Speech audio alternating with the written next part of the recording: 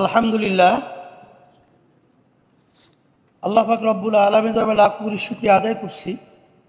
যে আমরা বহুদিন পর্যন্ত যে কার্যক্রমটা আলহামদুলিল্লাহ মানসিকভাবে ধারণ করে এবং বাস্তবে এটা বাস্তবায়নের জন্য যে চিন্তা রেখে আমরা কার্যক্রম পরিচালনা করছিলাম, তারই একটা আলহামদুলিল্লাহ আজকে বাস্তবতা হলো যে আমরা সমমনা ইসলামী 5টি দল আমরা একত্রিত হয়ে কতগুলো মৌলিক বিষয় আমরা ঐক্যমতে পৌঁছতে পেরেছি। শুকরিয়া তাআলা আলহামদুলিল্লাহ। তার ভিতরে একটা হলো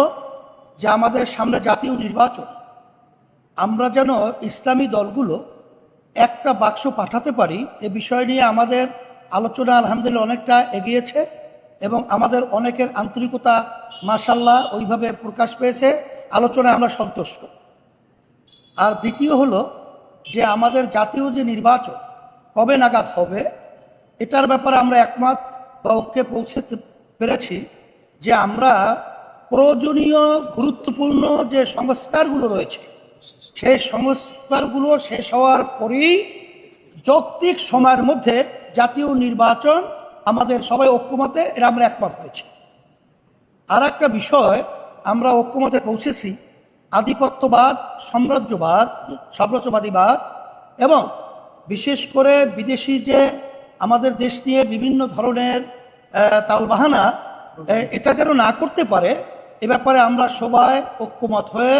আমরা এর প্রতিবাদ করব এবং আমাদের দেশ ইসলাম মানবতা রক্ষার জন্য আমরা ঐক্যমতে পৌঁছেছি।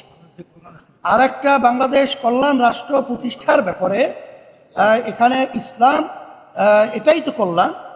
ইসলামী নীতি আদর্শের মাধ্যমে যে কল্যাণ বয়ে আসছে দুনিয়াতেও আখেরাতেও, সেই হিসেবে আমরা ইসলামী কল্যাণ রাষ্ট্র প্রতিষ্ঠার জন্যে আমরা সবাই ঐক্যমতে পৌঁছতে পেরেছি আলহামদুলিল্লাহ। আর একটা বিষয় হলো নারী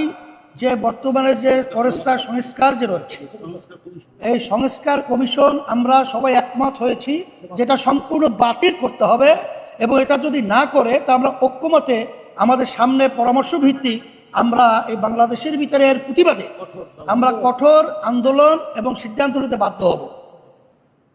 আর বিশেষ করে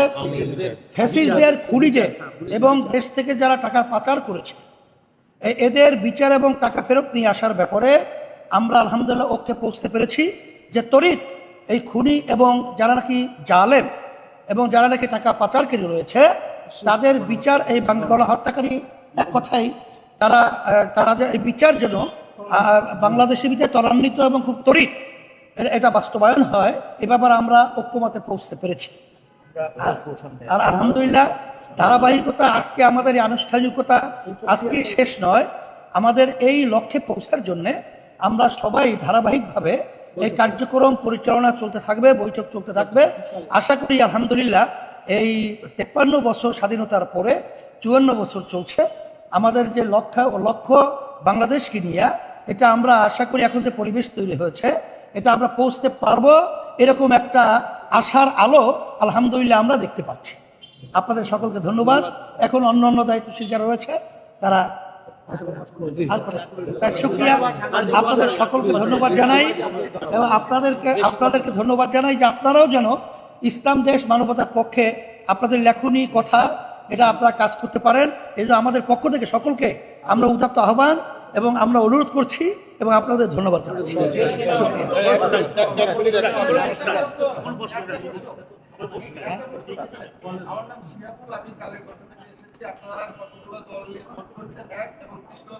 আপনি বলেছেন যে